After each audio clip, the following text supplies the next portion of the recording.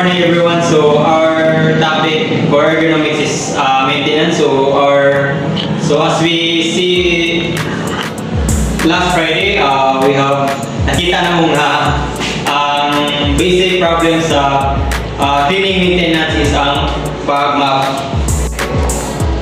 So map yun ang ganang basic problems sa cleaning maintenance. Because you need to use excessive force during cleaning and also repetitive motion siya.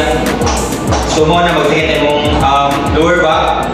So ang ipumunta na katong cleaning maintenance nga pagsakit yung lower back mo gamit sa siya kanang excessive force kaya para gawin baling biwa kanang upper. And also ang kabugaton sa bucket is what is another problem po sa pag-cleaning sa pag-market tungkol putanan sa tubig and also kanang maglangon-langon kami sa kasa. So mo na mo nakita nga risk sa cleaning maintenance. The next one is the flammable improvement. So we all know naman window mapping is nakukuha siya high rest sa ato back pain and the lower shoulder strain. So para sa ma-prevent ka ito mga niyana is ma-provide nyo one solution which is magamit na microfiber map para malis ang water para dili kayo siya pagkain. Ito microfiber map is mo siya itong square na map na yung mga siya dili less ang water niya. Pero kung wala tayong microfiber map is mag-use na ani.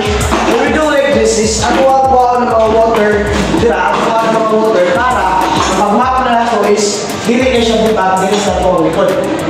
So for example, mo na siya na ito, mas balik ko na ito. For example, mo na siya microfiber map.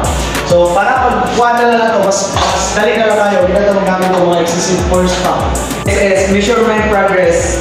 So measurement after implementing new ergonomic maps and providing training, conduct follow-up assessment is inhuman of train sa atong tiglipyo gamit ang ergonomic maps kanang mag-follow up ka kanang maghimo ka assessment to check or to know na tinuod ba nga nakatkon ba siya sa iyang training nga conduct employee surveys regarding perceived comfort and strain is mag-survey ka sa imong mga empleyado ya imo silang pangutanon na okay ba sa ilahang okay ba ang ilahang trabaho or madaba nila ang ilahang workload na imong gi-assign nila.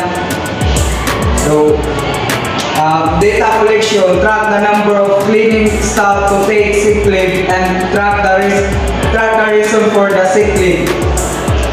So, imong chikod ang mga cleaning staff na nag-sick leave kunya kanang nakahimo nga monitoring nga pila ka buok cleaning staff nga nag-sick leave o unsay causes nganong na-sick leave sila or example kanang physical illness or kanang mental health issue or another factor para ma-identify kung kana siya nga cleaning staff angayan pa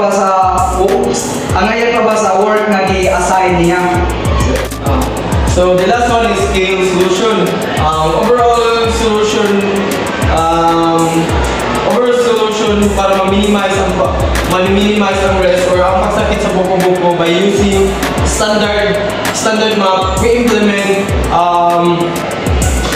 microfiber map para ma-minimize ang pagsakit sa buko-buko sa mga employee and